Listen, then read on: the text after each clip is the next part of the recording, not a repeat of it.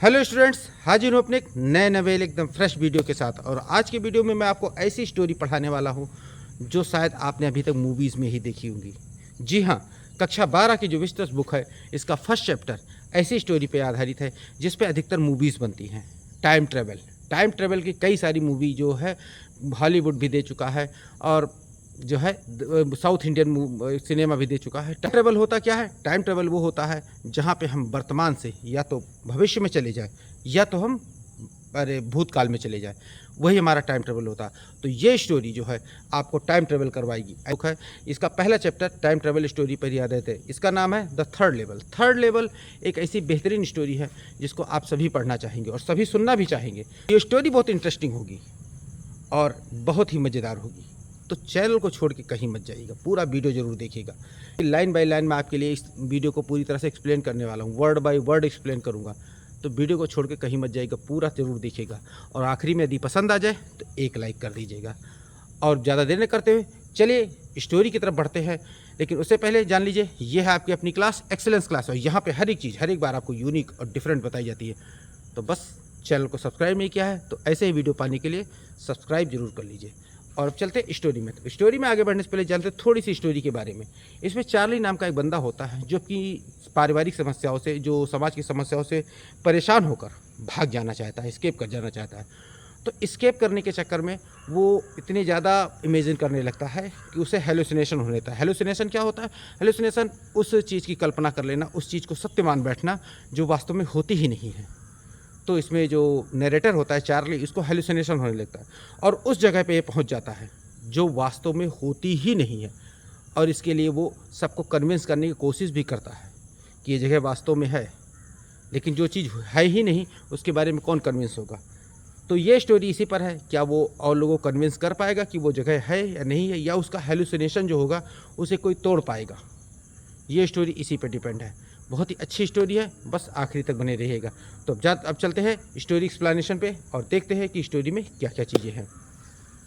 तो यह है बिस्टस बुक का first lesson, the third level, जिसको लिखा है जैक फेनी। जैक फेनी जिनका जन्म 2 अक्टूबर 1911 में हुआ था और इनकी जो डेथ हुई थी 14 नवंबर 1995 में हुई थी।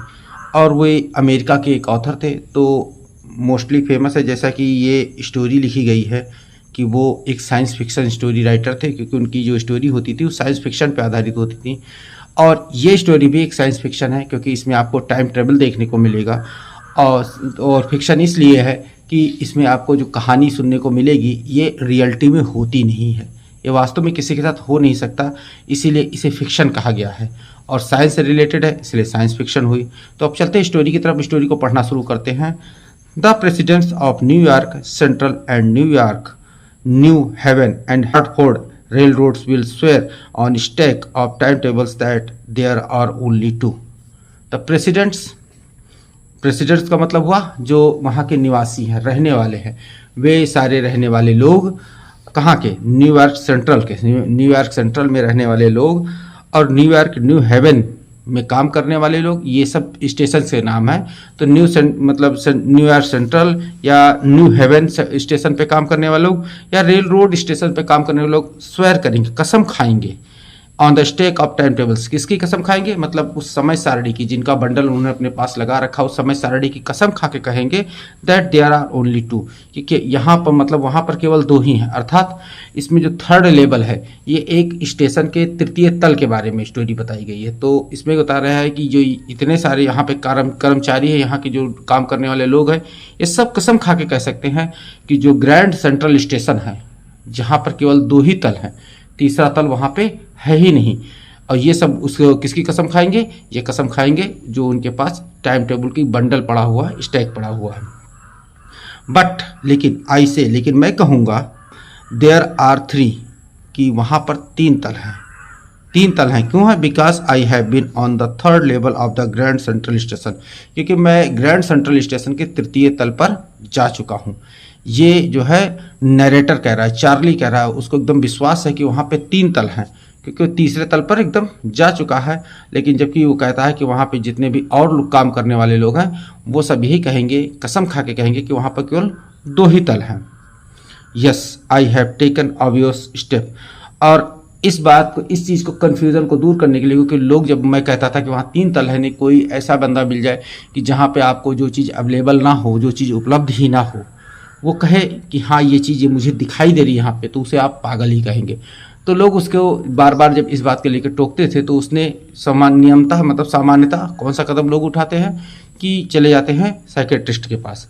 तो वो भी साइकेट्रिस्ट के पास गया। I talk to a psychiatrist friend of mine, मतलब मैंने अपने एक जो मित्र साइकेट्रिस्ट था, साइकेट्रिस्ट का मतलब जो होता है वह व्यक्ति जो आपके दिमाग से जुड़ी हुई चीज़ों की, मतलब समस्याओं को, परेशानियों को दूर करता हो, उसे साइकेट्रिस्ट कहते हैं। तो उसका जो फ्रेंड था, चार्ली का जो फ्रेंड था, वो एक साइकेट्रिस्ट था। तो वो उसके पास गया, एमंग अदर्स, मतलब जिन सभी जो साइकेट्रिस्ट वहाँ पे थे, उसमें उसका जो फ्रेंड था, उसी के पास वो गया, अपनी समस्या को उसे बताया। I told him about the 3rd level of Grand Central station, मैंने उसे ग्रैंड सेंट्रल स्टेशन के 3य तल के बारे में बताया। 3य तल मतलब जिस तल पे वो होकर आया था और लोग कहते थे नहीं है, उस तल के बारे में उसने अपने दोस्त को बताया। क्लियर? और जब मैंने उसे बताया तो उसने कहा, एंड ही सेड, उसने कहा, it was a baking dream wish fulfilment. Baking dream wish fulfilment, ये इस शब्द का मतलब ये हुआ, आप ऐसी चीज़ को कल्पना से अपनी, मतलब ऐसी चीज़ को अपने सामने देखना चाहते हैं जो अब वास्तव में है ही नहीं, केवल आपकी कल्पनाओं में है। उस चीज़ को आप वहाँ कहीं पर वास्तव में देखना चाहते हैं, तो उसको हम लोग कहते हैं वेकिंग ड्रीम विश फुलफिलमेंट। यही चीज़ उसने, जो उसके साइकेट्रिस्ट ने चार्ली से कही कि आप उस जगह को देखना चाहते, उस तल को देखना चाहते जो वास्तव में है ही नहीं, केवल आपकी कल्पनाओं में है। उस तल को आप अपने सामने प्रत्यक्ष रूप में देख रहे हैं या देखना चाहते हैं, इसी को उसने कहा बेकिंग ड्रीम फुलफिलमेंट। अब he said I was unhappy, उसने कहा मैं नाखुश हूँ, मैं दुखी हूँ। This that made my wife kind of mad, और इस बात ने मेरी पत्नी को थोड़ा सा क्रोधित कर दिया, मतलब पागलपन उसके ऊपर सवार हो गया कि वो खुश नहीं है, वो नाखुश है। क्योंकि अधिकतर लोग जब नाखुश होते हैं तो उनको जो वैवाहिक जीवन है उसी पर दोष दिया जाता है। तो ये सुनकर उसकी पत्नी जो है एकदम से नाखुश हो गई। बट ही एक्सप्लेन्ड, लेकिन उसने बताया, किसने, उसके जो साइकेट्रिस्ट दोस्त ने ये चीज़ बताई कि he meant the modern world is full of insecurity, fear, war, worry and all of the rest it. मतलब उसने बताया कि जो आधुनिक युग है, आधुनिक समाज है, वो किससे भरा है? फुल ऑफ इनसिक्योरिटी, मतलब असुरक्षा की भावना से भरा हुआ है। फियर डर, वार युद्ध, वरी चिंता, और इसी प्रकार की अन्य सब चीज़ों से ये समाज जो है, पूरा संसार जो है भरा हुआ है।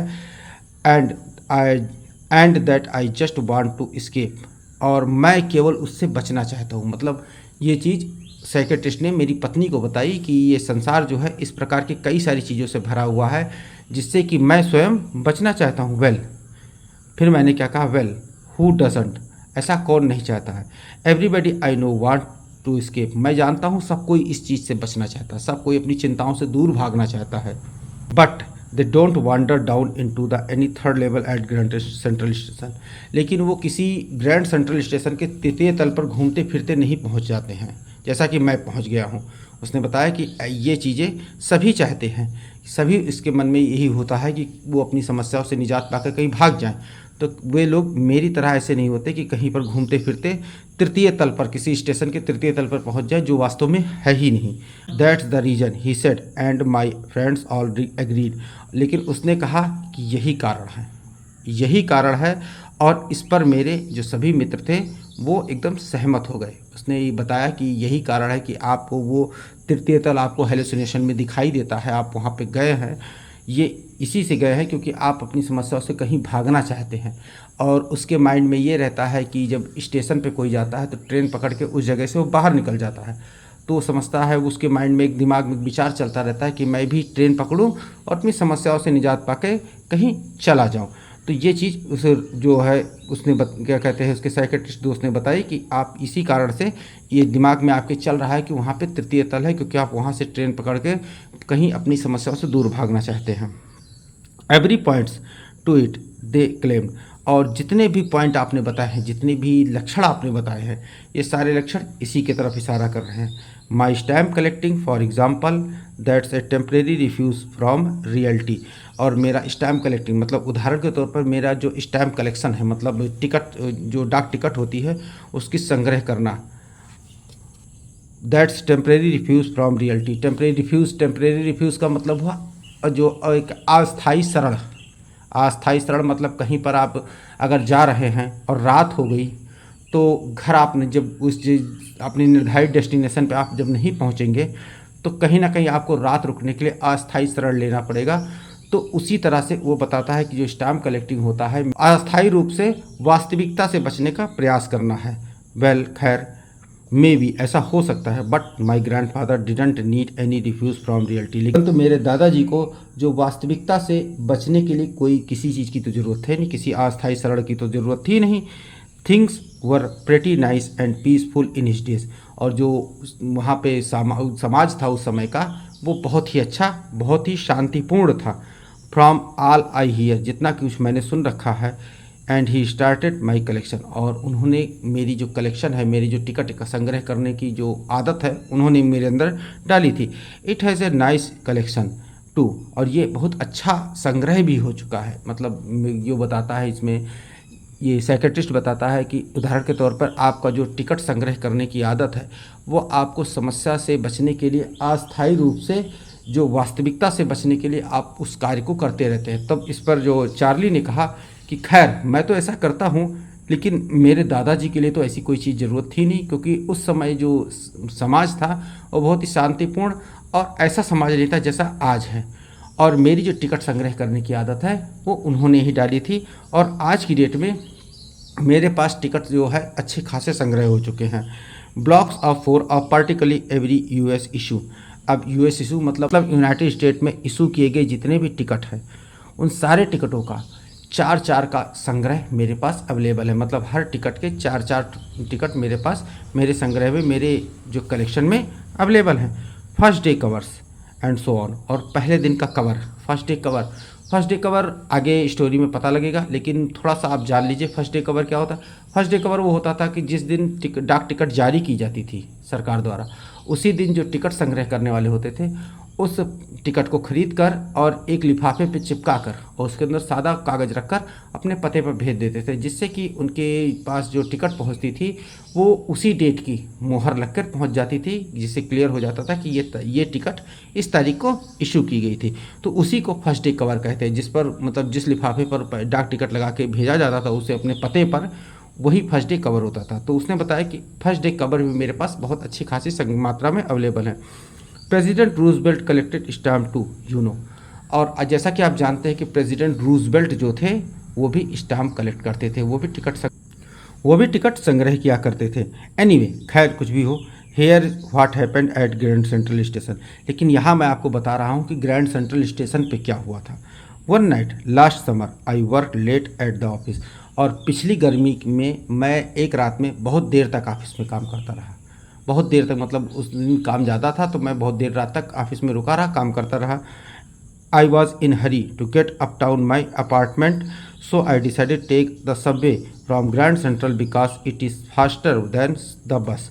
तो जब वो वहाँ से निकला तो वो घर जाने की जल्दबाजी में था, तो उसने क्या डिसाइड किया, उसने डिसाइड किया कि ग्रैंड सेंट्रल से सबवे ले लेगा, अर्थात वहाँ की अंडरग्राउंड मेट्रो ट्रेन ले लेगा, जिससे कि वो अपने घर जल्दी पहुँच जाए, क्योंकि वो मेट्रो जो थी वो जो है बस से तेज़ पहुँचाती थी उसे। इसीलिए वो उसके मतलब ग्रैंड सेंट्रल स्टेशन जाने लगा और वहाँ से मेट्रो पकड़ कर वो अपने अपार्टमेंट की तरफ जाने की उसने सोची। Clear? Now I don't know why this should have happen to me. और मैं नहीं जानता ये मेरे साथ ही क्यों हुआ। मतलब उसने कहा कि जब मैं ग्रैंड सेंट्रल स्टेशन पे गया तो मुझे तृतीय तल पे वहाँ जाने को सौभाग्य मिला, और मैं नहीं जानता ये मेरे साथ ही क्यों हुआ।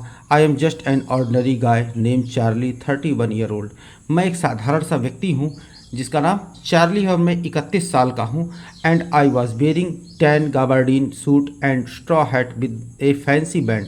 और मैंने एक टैन गाबार्डीन सूट पहना। गाबार्डीन मतलब ये कपड़े की प्रकार होता है जिसको गाबार्डीन कहते हैं, और टैन का मतलब हुआ हल्के भूरे रंग का। तो उसने हल्के भूरे रंग का गाबार्डीन सूट पहन रखा था और एक स्ट्रॉ की हैट पहन रखी थी, तिनकों की हैट पहन रखी थी जिस पर फैंसी बैंड लगा हुआ था।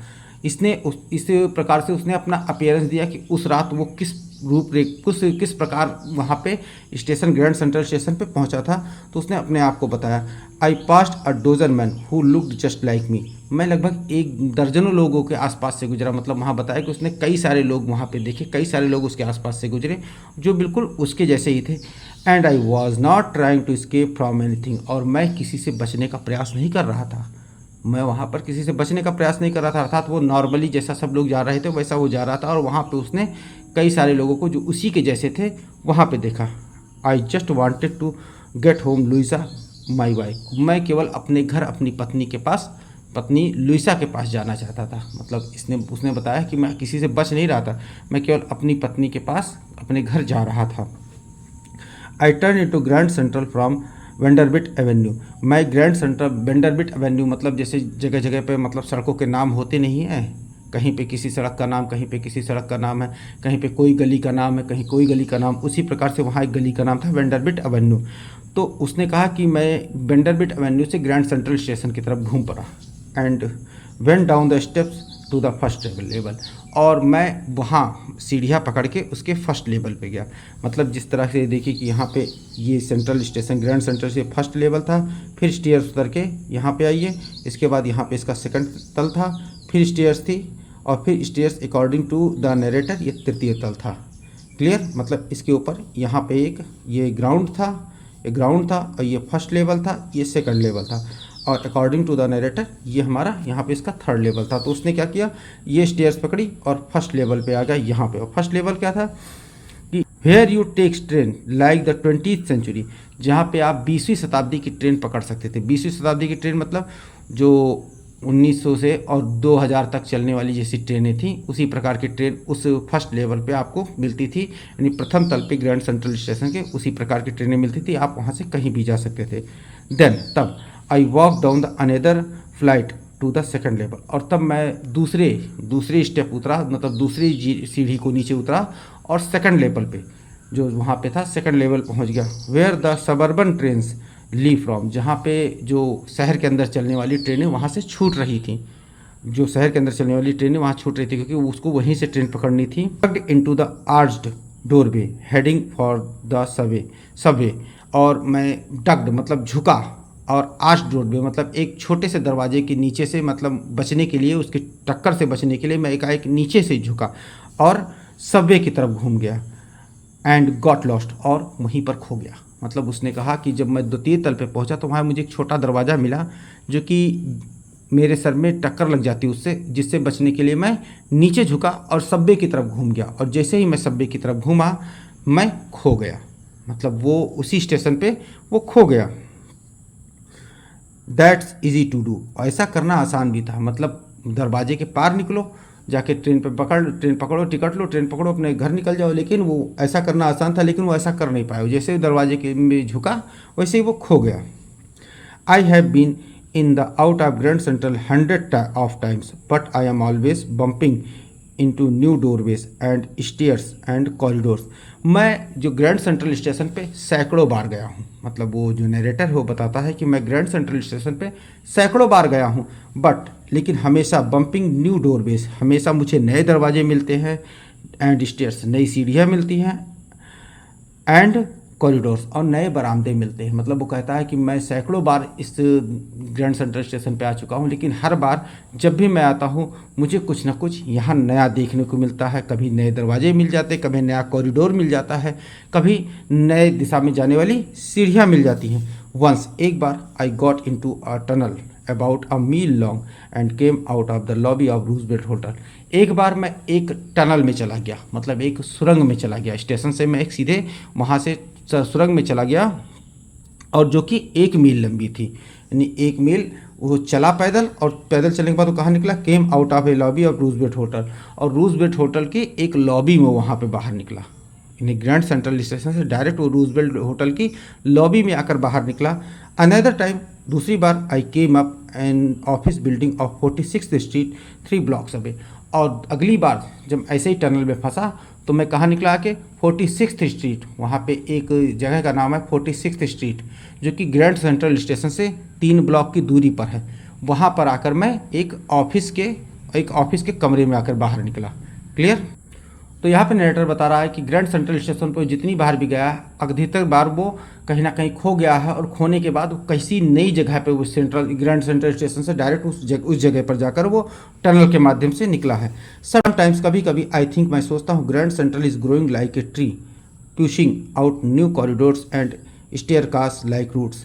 कभी कभी मैं सोचता हूँ ग्रैंड सेंट्रल जो है वो पेड़ की तरह बड़ा हो रहा है, और उसकी जो जड़ें हैं वो नए नए कॉरिडोर, नए नए टनल्स, ये सारी चीज़ें बना रही हैं, नई सारी चीज़ें निर्माण कर रही हैं।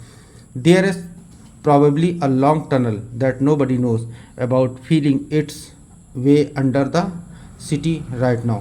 प्रबल संभावना है कि एक लंबी टनल, एक लंबी सी सुरंग, नो बडी नो, जिसके बारे में कोई न जानता हो, about feeling its way under the city right now, कि शहर के नीचे एक लंबी सी सुरंग चल रही हो। मतलब इसने बताया कि ग्रैंड सेंट्रल स्टेशन की जो सुरंगें हैं वो कब कहीं ना कहीं नए रूप में निकल रही हैं, और इसका किसी को अंदाज़ा नहीं है कि शायद कोई एक सुरंग जो है इस शहर के नीचे से भी चल रही हो।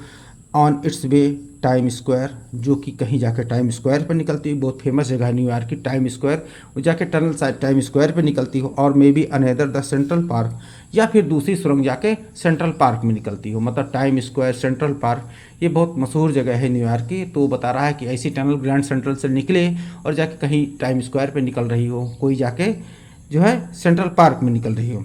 And maybe because for so many people through the years Grand Central has been and exist, और सारे वर्षों से लोग जानते हैं कि ग्रैंड सेंट्रल स्टेशन बाहर निकलने की जगह है, तो इसीलिए हो सकता है इसकी टनल जो है शहर में जगह जगह फैली हुई हों। अ वे ऑफ स्केप, मतलब बचने का रास्ता है। May be that's how the tunnel I got into, और ऐसी ही किसी टनल में मैं फंस गया हूँ। But I never told my psychiatrist friend about that idea, और मैंने अपने इस विचार के बारे में अपने जो साइकेट्रिस्ट मित्र है उनको नहीं बताया। क्यों? क्योंकि उन्हें बताता तो समझते पागल हूँ मैं। तो उसने सोचा कि ग्रैंड सेंट्रल स्टेशन जो है इसकी जो पेड़ की तरह बढ़ रहा है, इसकी जड़ें जो है जगह जगह पर नए नए टनल्स का निर्माण कर रही हैं। हो सकता है कोई टनल टाइम स्क्वायर पर निकल रही हो, कोई टनल जाके सेंट्रल पार्क में निकल रही हो, या फिर ऐसे ही किसी टनल में फंसकर मैं जो जाके थर्ड लेवल पर पहुंच गया हूं। ऐसे कुछ विचार उसके आइडिया दिमाग में आ रहे थे, लेकिन इस आइडिया को उसने अपने साइकेट्रिस्ट फ्रेंड को नहीं बताया। क्लियर? कॉरिडोर, वो बरामदा आई वॉज बिगैन, जिस पर मैंने चलना शुरू किया था, एंगलिंग लेफ्ट, बाएं तरफ घूम रहा था। मतलब उसका जो मतलब वो एंगल कर रहा था, वो बाएं तरफ एंगल कर रहा था। स्लांटिंग डाउनवर्ड्स, और नीचे की तरफ जा रहा था। मतलब धीरे धीरे वो बरामदा जो है बाएं तरफ घूमकर नीचे की तरफ जा रहा था। एंड आई थॉट, और मैंने सोचा, दैट वाज रॉन्ग, कि ये गलत है। मतलब वो जब चला उस कॉरिडोर में तो उसे सोचा कि ये मैं गलत कहीं अलग जा रहा हूँ, गलत जगह पे जा रहा हूँ। But I kept on walking, लेकिन मैंने चलना जारी रखा। मतलब जो चार्ली कहता है कि मैंने सोचा कि मैं गलत रास्ते पे आगे बढ़ चुका हूँ, लेकिन फिर भी उसने रुका नहीं, उसने चलना लगातार जारी रखा। All I could hear was the empty sound of my own foot steps, और जो कुछ मतलब मुझे वहाँ सुनाई दे रहा था वो केवल मेरे ही कदमों की आवाज़ सुनाई दे रही थी। अर्थात वो जिस बरामदे में चल रहा था उस बरामदे में और कोई था नहीं, अकेला ही वहाँ चल रहा था, और अकेले चलने के कारण उसके जो पैरों की आवाज़ हो उसे खुद सुनाई दे रही थी। उसके अलावा और कोई वहाँ पर उसके साथ चल नहीं रहा था, इसलिए उसकी और किसी के पैरों की आवाज़ सुनाई नहीं दे रही थी। And I didn't pass a soul, और ना ही मेरे पास से कोई व्यक्ति गुजरा। मतलब उसने बताया कि मेरे अकेले पैरों की आवाज़ बरामदे से आ रही थी, और जब मैं चलता जा रहा था तो मेरे आसपास से कोई व्यक्ति भी नहीं गुजरा। देन तब I heard a sort of hollow roar ahead, that means open space and people talking, और तब मैंने सुना कि एक खुली जगह से, हॉलो रोर मतलब खुली जगह से कुछ आवाज़ें हमें मेरे पास बढ़ रही है। एंड इसका मतलब था कि आगे जाके खुला स्थान है और लोग बातें कर रहे हैं। अर्थात जैसे आप किसी बंद कमरे, बंद जगह पे चल रहे हों, अचानक बंद जगह के सामने खुली जगह हो, स्पेस हो, खुला स्पेस हो, और लोग वहाँ पे अवेलेबल हो, तो उस बंद जगह से आवाज़ जो है आप तक पहुँचेगी और एकदम क्लियर हो जाएगा कि कोई ना कोई वहाँ पर है जो बातें कर रहा है, जो आपस में एक दूसरे से बात कर रहे हैं। और चार्ली को भी एहसास हुआ कि उस कॉरिडोर के आगे कोई खुली जगह है और वहाँ पे लोग हैं और लोग आपस में बातें कर रहे हैं। The tunnel turn sharp left, और टनल एकाएक बाएं तरफ घूम गई। मतलब एक सुरंग जो है एकदम से बाएं तरफ घूम गई। I went down short flight of stairs, और शॉर्ट फ्लाइट ऑफ स्टेयर्स मतलब कुछ सीढ़ियाँ उतर कर मैं नीचे गया। आई वेंट डाउन, मैं नीचे गया। A short flight of stairs, कुछ सीढ़ियाँ उतर कर मैं नीचे पहुंचा। And came out on the third level at Grand Central Station, और ग्रैंड सेंट्रल स्टेशन के तृतीय तल पर मैं पहुंच गया। मतलब जिसके बारे में वो कल्पना कर रहा था, जिसके बारे में बता रहा था, तो वो थर्ड लेवल पर आकर वो उसके ग्रैंड सेंट्रल स्टेशन के पहुंच गया। For just a moment I thought, मतलब एक क्षण के लिए मैंने तो सोचा कि I was back on the second level, कि मैं द्वितीय तल पे ही वापस आ गया हूँ। क्यों? क्योंकि जो थर्ड लेवल था उसके अकॉर्डिंग, जो थर्ड लेवल था वो सेकंड लेवल के तरह ही था, मतलब द्वितीय तल के तरह ही उसका तृतीय तल भी दिखाई दे रहा था। और तब उसे एक क्षण के लिए भ्रम हुआ कि चलते चलते मैं फिर से सेकंड लेवल पे आ चुका हूँ। बट लेकिन आई सा द रूम वॉज स्मॉलर, लेकिन मैंने देखा वहाँ के जो कमरे थे वो छोटे थे। किसके? उस सेकंड लेवल के मुकाबले वहाँ के जो रूम्स थे वो छोटे छोटे रूम्स थे। There were fewer ticket windows and train gates, और कुछ ही टिकट वाली खिड़कियाँ थी और कुछ ही ट्रेन के गेट थे। मतलब उसने बताया कि कुछ ही टिकट की खिड़कियाँ, कुछ ही ट्रेन वाले गेट थे। And the information booth in the centre was would and old looking, और बिल्कुल बीच में बना हुआ जो इंफॉर्मेशन बूथ है, जहाँ पे जैसे स्टेशन पहुँचने पे हम लोग ट्रेन के बारे में जो जानकारी लेते हैं उसे इंफॉर्मेशन बूथ कहते हैं। तो उसने बताया कि जो थर्ड लेवल पे इंफॉर्मेशन बूथ बना हुआ था वो लकड़ी का बना हुआ था और पुराना सा था, मतलब पुराने मॉडल के बने हुए लकड़ी का बना हुआ था। And the man in the booth wore a green eye shade and long black sleeve protectors, और उस बूथ में बैठा हुआ जो व्यक्ति था उसने ग्रीन आई शेड मतलब चश्मे, उसने हरे रंग के आंखों पर चश्मे लगा रखे थे, और काले रंग का जो हाथ में प्रोटेक्टर्स होता है, जो आपने देखा होगा कि अधिकतर गर्मियों में लोग पहनते हैं कि जो शर्ट के नीचे से एक कॉटन का कपड़ा पहन लेते हैं पूरी आस्तीन पर, कि आस्तीन जो है, हाथ जो है हमारा धूप से बचा रहे, तो उसी को हम लोग जो स्लीप प्रोटेक्टर्स कहते हैं। तो उसने काले रंग का स्लीप प्रोटेक्टर्स पहन रखा था। The lights were dim and short of flickering, और जो वहाँ की लाइटें थीं वो सेकंड लेवल के मुकाबले थोड़ी सी कम थी, थोड़ी सी डिम थी, और शॉर्ट ऑफ फ्लिकरिंग, कुछ टिमटिमा सी रही थी। मतलब जो वहाँ पे लाइटें थी वो सेकंड लेवल के मुकाबले कुछ अलग प्रकार की थी, कुछ डिम थी, और कुछ लाइटें जो डिम थी, डिम होने के साथ साथ वो टिमटिमा भी रही थी।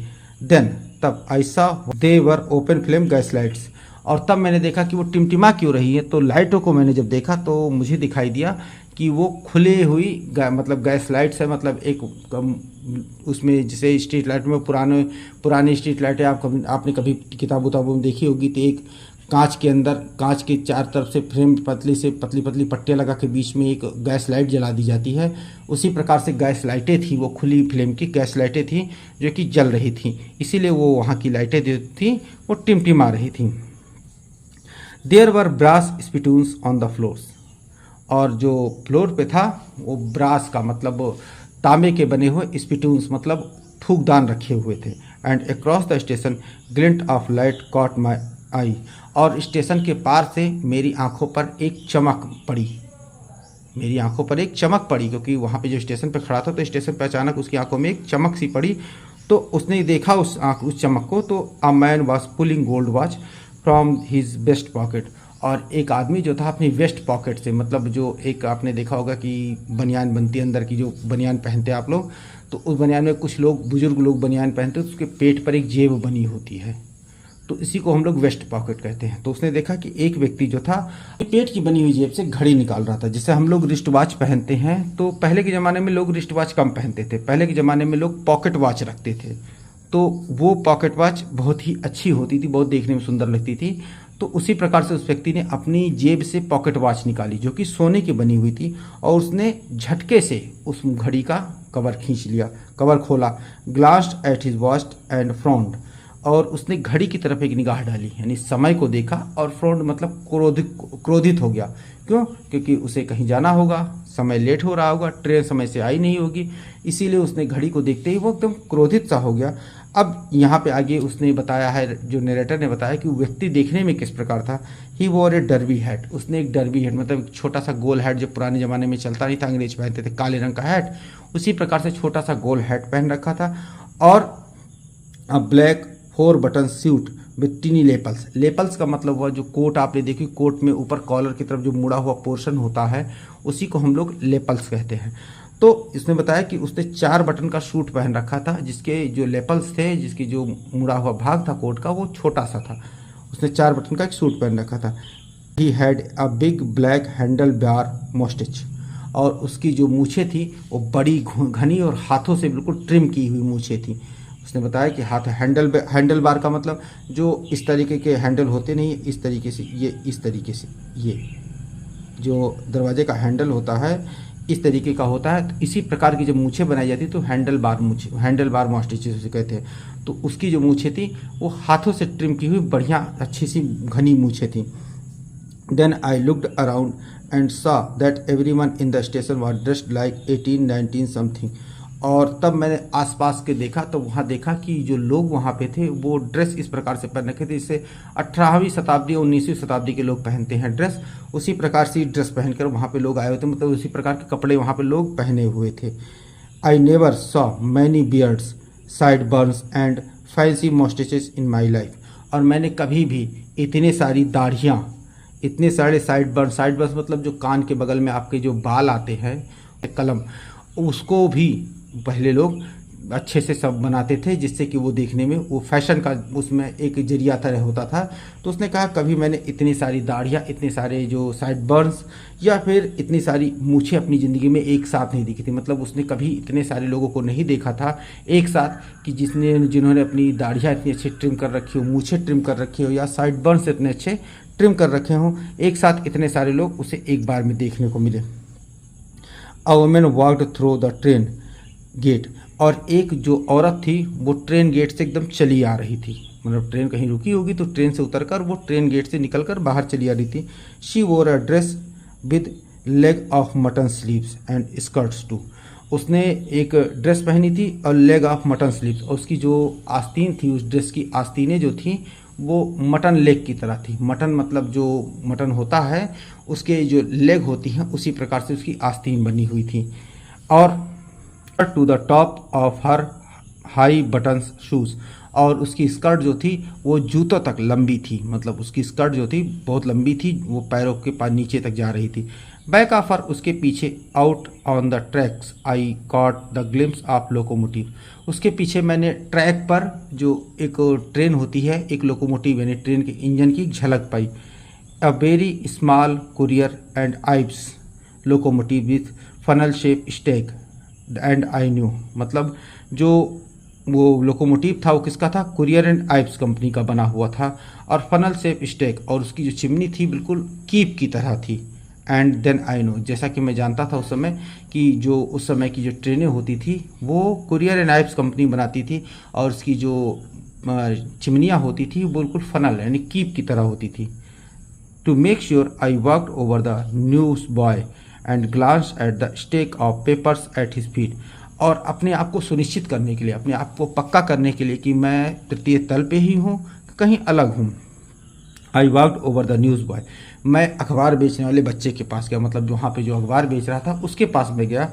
एंड ग्लांस्ड, और निगाह डाली, at the stake of papers at his feet, उसके पैरों के पास पड़े हुए पेपर के बंडलों पर, पेपर के ढेरों पर मैंने एक निगाह डाली।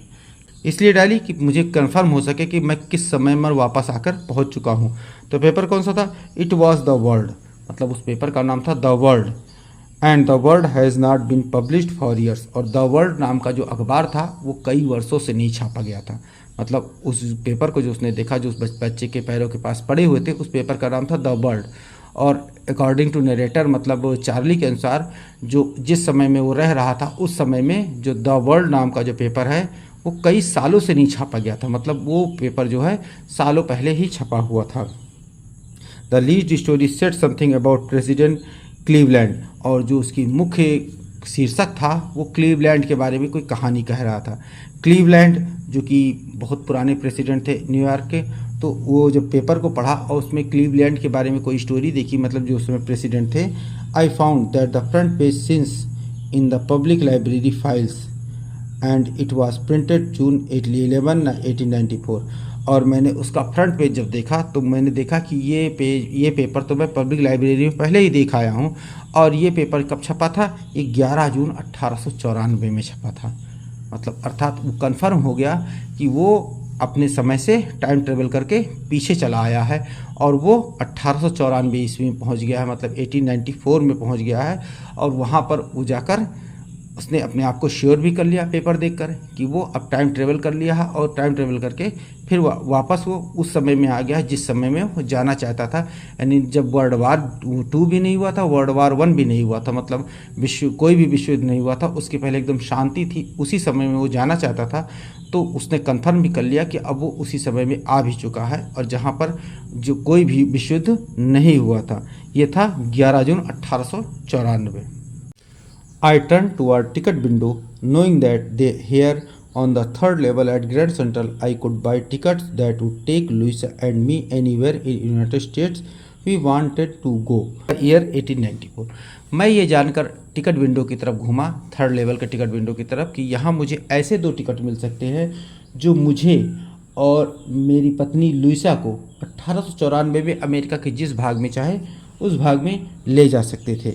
फिर anywhere in the United State we wanted to go, मतलब जहाँ भी हम चाहते थे वहाँ मुझे वो टिकट ले जा सकते थे, अर्थात टिकट खरीद के मैं उस ट्रेन पर बैठ सकता था जहाँ मैं जाना चाहता था। और वो जो नरेटर था वो अकेले नहीं जाना चाहता था, वो अपनी पत्नी को भी ले जाना चाहता था। तो इसीलिए उसने सोचा कि मुझे यहाँ पे ऐसे 2 टिकट तो मिल ही जाएंगे कि जहाँ पे मैं और मेरी पत्नी जाना चाहते हैं, और ये वर्ष 1894, अर्थात मुझे जो है अपने समय से बहुत पीछे आकर कहीं घूमने का मौका मिलेगा। वो कहाँ जाना चाहते थे? And I wanted 2 tickets to Galesburg Illinois, मतलब वो ग्लेसबर्ग इलिनियस की 2 टिकटें चाहता था। मतलब वो वहाँ पे 2 टिकट ऐसी जगह की चाहता था जो अमेरिका में बहुत पुराने ज़माने से स्थित है, तो वहाँ पर वो अपनी पत्नी के साथ जाना चाहता था। तो उस जगह का नाम था Galesburg Illinois. Have you ever been there? क्या आप कभी वहाँ पे गए हैं? मतलब वो जो पाठकों से पूछ रहा है कि क्या आप कभी ग्लेसबर्ग इलिनियस में गए हैं। It's a wonderful town still, ये अभी भी बहुत अद्भुत नगर है, with big old frame houses, huge lawns and tremendous trees whose branches meet overhead and roof the street.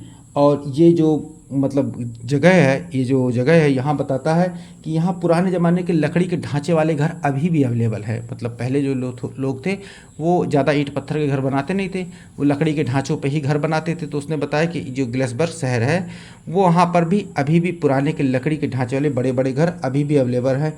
Huge lawn, बड़ी बड़ी जो लॉन है, मतलब बड़े बड़े मैदान है बैठने के लिए, वो भी अभी अवेलेबल है। एंड ट्रेमेंडियस ट्रीज, विशालकाय पेड़, whose branches meet overhead and roof the streets, जिनकी विशालकाय शाखाएं आपस में मिलकर सड़क के ऊपर एक छत का निर्माण करती था। छत जो है मतलब सड़कों के ऊपर एक ऐसी छत होती थी जो पेड़ों की शाखाओं को जुड़ने से बनी होती थी। क्लियर? एंड इन 1894 और 1894 में समर इवनिंग्स पर twice as long and people sat out on their lawns, मतलब बताते हैं कि आज की अपेक्षा में जो 1894 की शामें होती थी वो आज की अपेक्षा में दुगनी बड़ी हुआ करती थी, और लोग जो होते थे sat out on their lawns, अपनी लॉन में बैठ जाते थे। एंड मैन स्मोकिंग सिगार्स, और जो आदमी थे वो सिगार पिया करते थे। एक मोटी सी सिगरेट होती है जो सिगार कही जाती है। तो लोग बताते हैं कि लोग वहाँ पे इस लॉन में बैठ के अपनी सिगार पिया करते थे। एंड टॉकिंग क्वाइटली, और शांति से बातें किया करते थे।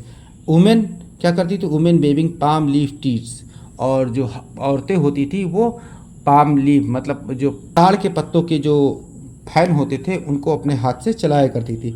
And the fire flies all around in peaceful world, और शांति भरे संसार में चारों तरफ जुगनू उड़ा करते थे, फायर फ्लाइज उड़ा करती थी, जुगनू उड़ा करते थे। To back there with the first world war still 20 years off and second world war over 40 years in the future, और टू बी बैक देयर ऐसे समय में वापस पहुंचना with the first world war still 20 years off, जहां पर प्रथम विश्व युद्ध होने में अभी 20 साल बाकी है। And world war second over 40 years in the future, और जो सेकंड वर्ल्ड वार होने में लगभग 40 वर्ष से अधिक समय बाकी हैं। I wanted 2 tickets for that, और मैं वहाँ पे जाने के लिए 2 टिकटें चाहता था। Clear? The clerk figured the fair, he glanced at my fancy headband and but he figured the fair. मतलब क्लर्क ने किराए का हिसाब लगाया, मतलब कितना किराया चाहिए था। मतलब जब गया वो चार्ली जब टिकट विंडो तक गया, उसने बताया मुझे कहाँ तक जाना है और पूछा कितना किराया लगेगा।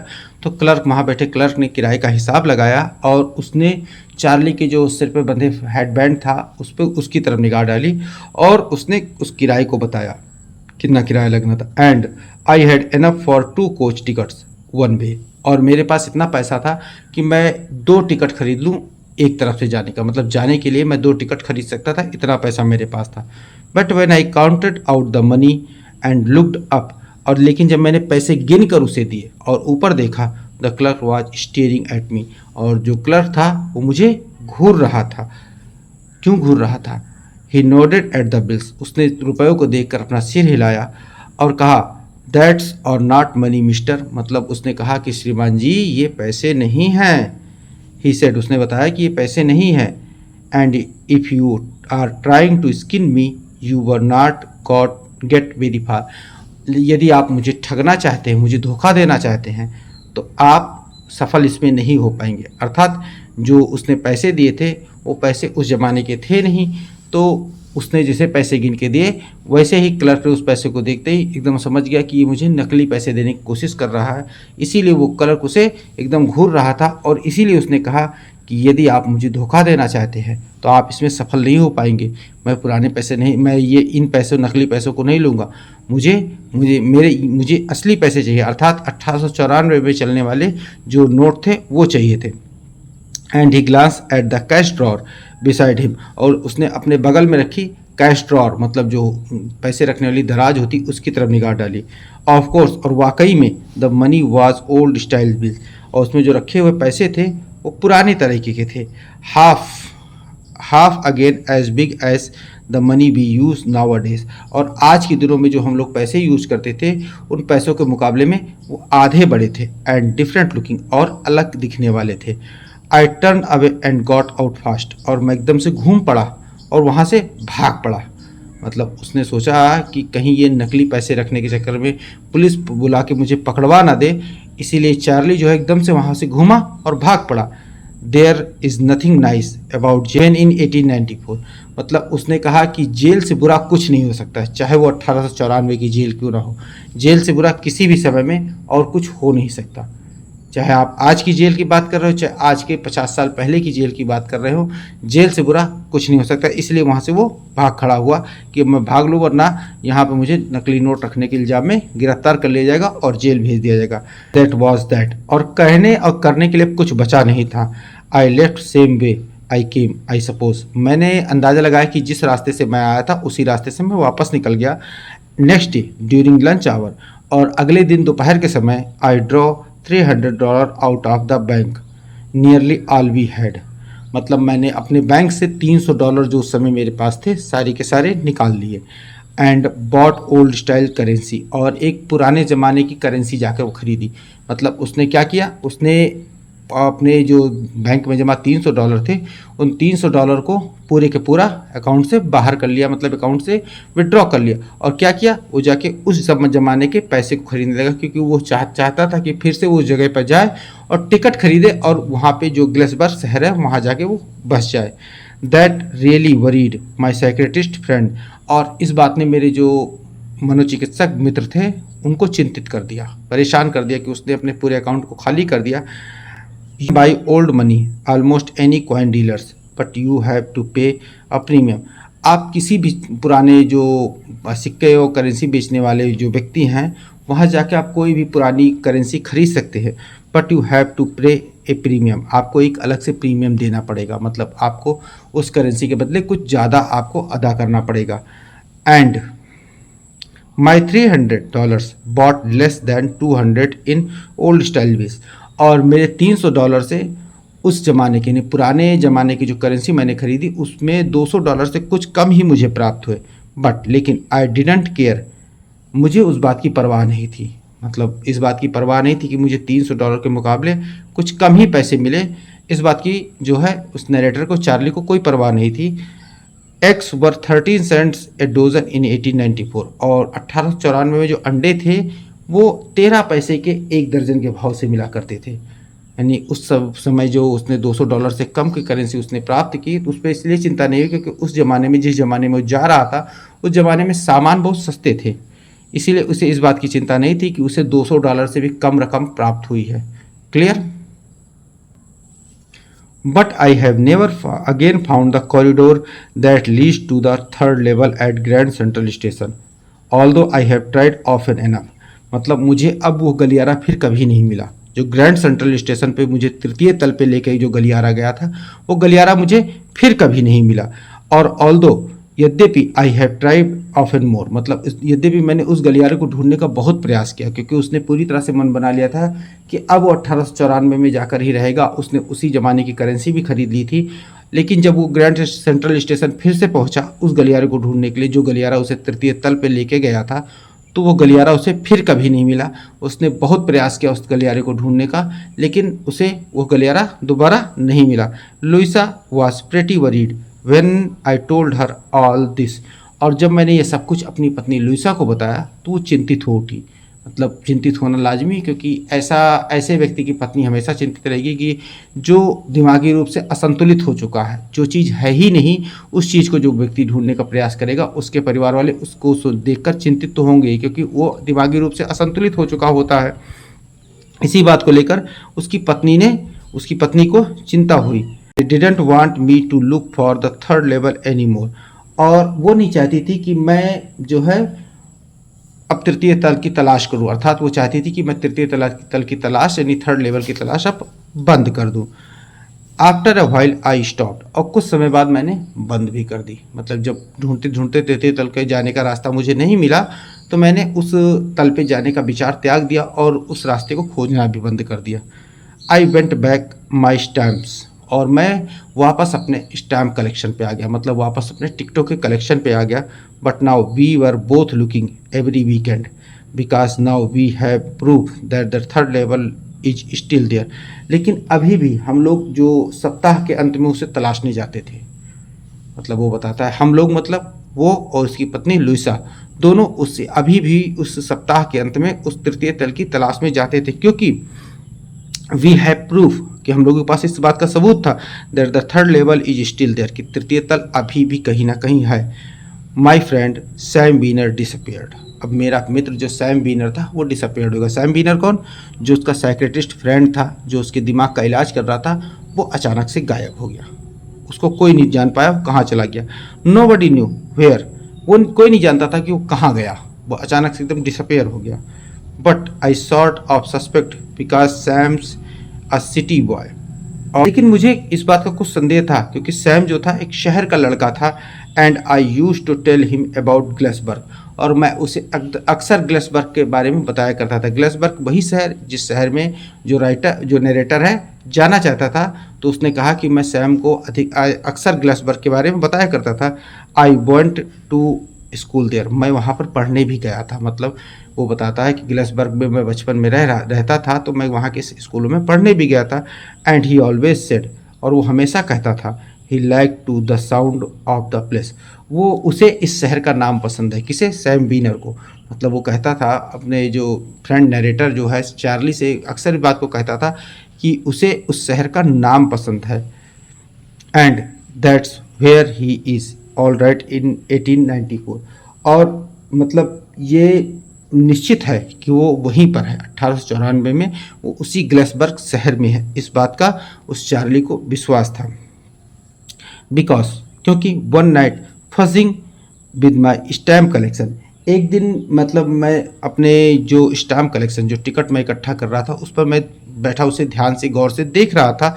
आई फाउंड, मैं पाया, मैंने वहाँ पे एक चीज़ पाई। क्या पाई? Well, do you know what the first day cover is, मतलब इसमें कह रहा है क्या आप जानते कि फर्स्ट डे कवर क्या होता है? फर्स्ट डे कवर, जैसा मैंने लेसन के शुरू में ही बताया, फर्स्ट डे कवर ऐसा होता है कि जिसमें जो टिकट कलेक्टर होते हैं वो क्या करते हैं, वो पहले दिन, जिस दिन डाक टिकट जारी होता है उस दिन जाते डाक टिकट को खरीदते हैं और एक सादा लिफाफा लेते हैं।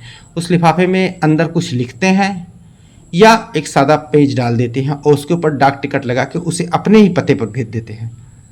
इसलिए डाक टिकट लगा के उसके ऊपर से भेजते थे, क्योंकि डाक टिकट पे उस तारीख की मोहर लगती थी, जिससे उसको क्लियर हो जाता था कि ये डाक टिकट इस दिन जारी होता है, बिल्कुल डाक खाने की मोहर के साथ। तो वही पूछ रहा है कि फर्स्ट डे कवर क्या। तो जिस लिफाफे पर डाक टिकट लगा के वो घर भेजी जाती थी, उसी लिफाफे को फर्स्ट डे कवर कहते हैं। When a new stamp issued, जब नया नया स्टाम्प जारी किया जाता है, stamp collector buy some and use them to mail envelopes. और उनमें से जो टिकट कलेक्टर होते हैं, मतलब जो स्टैम्प कलेक्टर होते हैं, वो क्या करते हैं, उनमें से कुछ टिकट खरीद लेते हैं और उनको लिफाफों को डाक से भेजने के लिए प्रयोग करते हैं। किसे भेजते, to themselves on very first day of sale, मतलब अपने आप को ही उस सेल के, मतलब स्टैम्प सेल के पहले दिन ही अपने आप को लिफाफा भेज देते।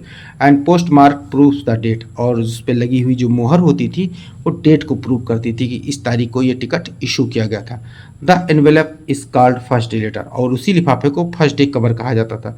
दे आर नेवर ओपेंड, वो कभी खोले नहीं जाते थे, क्योंकि उसके अंदर कुछ लिखा तो जाता नहीं था, सादा पन्ना ही रखा जाता था। You just put blank paper in the envelope, क्योंकि उसके अंदर एक सादा कागज़ रख दिया जाता था, क्योंकि उसमें उसके टिकट की आवश्यकता होती थी, उसके स्टैम्प की आवश्यकता होती थी स्टैम्प कलेक्टर को, ना कि उसके अंदर लिखे हुए मैटर की कि क्या उसमें लिखकर भेजा गया, या लिखने वाला अगर कुछ लिखता भी था तो खुद ही जानता था कि ये चीज़ इस लिफाफे में लिखी हुई है, इसलिए उस लिफाफे को कभी खोला नहीं जाता था, वैसे ही पड़ा रहता था। दैट नाइट, उस रात, almost my oldest first day covers, मेरे लगभग सभी जो फर्स्ट डे कवर्स थे उन सब में I found one that shouldn't have been there, मुझे एक ऐसा लिफाफा मिला जो वहाँ पर पहले नहीं था। बट देयर वाज इट, लेकिन अब वहाँ पर वो था, मतलब ऐसा फर्स्ट डे कवर मिला जो पहले नहीं था लेकिन अब वहाँ पर वो था। It was there because someone has mailed it to my grandfather at his home in Galesburg, मतलब ये वहाँ पर इसलिए था क्योंकि किसी ने मेरे दादाजी को ये पत्र भेजा था, और होम इन ग्लेसबर्ग, मतलब कहाँ से भेजा था, ग्लेसबर्ग के किसी मतलब घर से भेजा था दादाजी को मेरे पत्र। That's what the address on the envelope said, क्योंकि यही उस पते लिफाफे पर लिखा पता कह रहा था कि मेरे पत्र मेरे दादाजी को भेजा गया था। And it had been there since July 1894, और ये वहाँ पर 18 जुलाई 1894 से था। The post mark showed that, और जो उस पर लगी हुई मोहर इस चीज़ की गवाही दे रही थी। Yet I didn't remember it at all, और जैसा कि मुझे इसके अतिरिक्त और कुछ नहीं याद है, मुझे मतलब उसे इसकी बिल्कुल याद नहीं थी कि ये लिफाफा भी उसके पास था। The stamp was a 6 cent, मतलब स्टैम्प जो थी 6 पैसे की थी। डल ब्राउन, मतलब हल्के भूरी रंग की थी। With A picture of president Garfield, जिसके ऊपर प्रेसिडेंट गारफील्ड की एक, जो राष्ट्रपति गारफील्ड की फोटो लगी हुई थी। नेचुरली, सामान्यतः when the envelope came to the granddad in the mail, मतलब जब सामान्यतः जो मेरे दादाजी को ये जो लिफाफा है डाक द्वारा प्राप्त हुआ, it went to right into his collection stayed there, और ये सीधे वहाँ से उनके जो स्टैम्प कलेक्शन था वहाँ चला गया, क्योंकि अक्सर टिकट कलेक्टर यही करते थे, जैसे मैंने बताया कि वो सादे पन्ना रखकर टिकट लगा के लिफाफा भेज दिया करते थे। तो उनके दादाजी में सोचा कि ये उन्हीं के जो फर्स्ट डे कवर का एक हिस्सा है और उसे उठाकर स्टैम्प कलेक्शन में अपने डाल दिया। Till I look it out and open it, और तब से इसे निकाल कर खोला नहीं, तब तक मेरे दादाजी के स्टैम्प कलेक्शन में पड़ा हुआ था। The paper inside was not blank it read, मतलब जो उसके अंदर जो पेपर था वो खाली नहीं था, सादा नहीं था, उसके अंदर कुछ लिखा हुआ था। क्या लिखा था, पहले देखिए पता लिखा था 941 विलर्ड स्ट्रीट ग्लेसबर्ग इलिनियास जुलाई 1894, मतलब उसमें लिखा पता था और तारीख थी जुलाई 1894, ग्लेसबर्ग का पता था। उसमें लिखा था Charlie I got wishing that you were right, मैं इच्छा करता हूँ, मुझे मतलब मैं आशा करने लगा था कि तुम्हारी बात ठीक हो। Then I got to believing you were right, और तब मैं विश्वास करने लगा कि तुम्हारी बात ठीक है। मतलब कौन सी बात, जो बता रहा था कि थर्ड लेवल है, थर्ड लेवल के बारे में जो बात कर रहा था वो उस पते में लिखने वाले व्यक्ति ने बताया कि मैं आशा कर रहा था कि तुम्हारी बात सही हो, और मैं पाया भी कि तुम्हारी बात एकदम सच्ची थी। चार्ली इट्स ट्रू, चार्ली एकदम सत्य है। I found the third level, मुझे तृतीय तल मिल गया है। I have been here for 2 weeks और मैं यहाँ पर 2 सप्ताह से हूँ। अर्थात आपको गेस हो गया होगा कि ये चिट्ठी किसकी हो सकती है। ये चिट्ठी सैम बीनर की थी, जो सैम बीनर एकाएक अचानक से गायब हो गया था। ये चिट्ठी उसी ने लिखी हुई थी। तो उसने बताया कि मैं यहाँ पे 2 सप्ताह से हूँ and right now down the street at the Daly someone is playing a piano and they are all out and the front porch seeing Nelly home and I am invited over for lemonade। और इस समय मैं नीचे तृतीय तल पर हूँ और डेली का कोई आदमी पियानो बजा रहा है। पियानो मतलब एक जो बड़ा सा हारमोनियम होता है, जो अक्सर मूवीज़ में देखा गया है, जो रखा जाता है बड़ा सा हारमोनियम कमरे में, तो पियानो बजा रहा है। और वे सब जो सामने वाली पोर्च में सीइंग नेली होम का एक गीत गा रहे हैं, जिसका मतलब है नेली को घर पहुंचाना। तो सीइंग नेली होम का वो गीत गा रहे हैं। And I am invited over for lemonade, और मुझे जो है नींबू का शरबत मतलब लेमनेड मतलब नींबू का शरबत पीने का बार बार आमंत्रण मिलता है। चार्ली और Louisa keep looking till you find the third level, तब तक खोजते रहो जब तक कि तुम्हें तृतीय तल मिल न जाए। It was worth it believe me, और ये काम का है, मतलब ये बिल्कुल बहुत ही सच्ची बात है कि थर्ड लेवल है, इस बात का मेरा विश्वास करो। The note is signed Sam, और उस नोट पे सैम के हस्ताक्षर थे। At the stamp and coin store I go to I found out that Sam bought $800 worth of old style currency. और मैं जो है सिक्कों की दुकान पर जाता हूँ, मतलब जो कहता है जब ये चिट्ठी मिलती है तो वो जो चार्ली होता है वो जहाँ पे पुराने सिक्के पुराने नोट बिकते रहते हैं उस दुकान पे वो जाता है और ये पाता है कि सैम ने $800 के पुराने स्टाइल की करेंसी खरीदी थी। दैट और to set up in a nice little hay feed and grain business, जो कि वहाँ पर जितना पैसा उसे मिला था उस पैसे से वो 1894 में एक बिजनेस खड़ा कर सकता था। बिजनेस कौन सा था? हे फीड एंड ग्रेन बिजनेस, मतलब जो जानवरों के लिए जानवरों का जो दाना होता है, भूसा होता है, इन सबको स्टेबल करने के लिए जितने पैसे की आवश्यकता थी उतना पैसा वो पा चुका था और 1894 में ये बिजनेस अपना वो खड़ा कर सकता था। ही ऑलवेज सेड, वो हमेशा कहता था, that's what he really wish he could do, वो हमेशा कहता था कि यही कार्य वो करना चाहता है, यही कार्य उसको कर सकता है। And he certainly can't go back to his old business, और निश्चित ही वो अपने बिजनेस में पुराने धंधे में वापस नहीं लौट सकता। कौन सा पुराना धंधा? जो उसके मानसिक रोगियों को ठीक करने का धंधा था, उस धंधे में वो वापस नहीं लौट सकता। इन 1894 हिज ओल्ड बिजनेस, और 1894 में उसका पुराना धंधा वो उसको चलने वाला नहीं था। माई सैम वॉज माई साइकेट्रिस्ट, और क्यों? अरे ये तो मेरा वही मतलब सैम था जो मेरा साइकेट्रिस्ट था, मेरा मनोचिकित्सक था। इसी के साथ ये स्टोरी ख़त्म होती है और इस स्टोरी में आपको देखने को मिला कि जो चार्ली था वो तो अपने थर्ड लेवल पे गया ही, और साथ ही साथ अपने साइकेट्रिस्ट, अपने जो मनोचिकित्सक था, उसे भी इतना कन्विंस कर दिया कि वो अंततः वो भी उस थर्ड लेवल पर जाने लायक हो चला गया, जो कि वास्तव में था ही नहीं। तो ये एक ऐसी साइंस फिक्शन थी जिसको पढ़ने में आपको मज़ा आया है। मुझे भी तो बहुत मज़ा आया और उम्मीद करता हूँ आपको भी मज़ा आया होगा। तो जैक फैनी की ये जो third level science fiction story थी, यदि आपको पसंद आ गई हो और आपने इसे समझ लिया अच्छे से, तो वीडियो को एक लाइक कर दीजिए, और साथ ही साथ मेरे चैनल को अभी तक सब्सक्राइब नहीं किया है तो अभी सब्सक्राइब कर लीजिए, क्योंकि आपको ऐसे वीडियो यहाँ पर और भी मिलते रहें, आगे भी मिलते रहेंगे। और सब्सक्राइब करने के साथ साथ बेल नोटिफिकेशन दबा के ऑल नोटिफिकेशन को भी क्लिक कर दीजिएगा, जिससे मेरे आने वाले वीडियो समय से आप तक पहुंच सके। तो मिलते हैं अपने अगले वीडियो लेक्चर में। Till then stay tuned with our channel, keep watching, keep learning, take care, thank you and bye bye.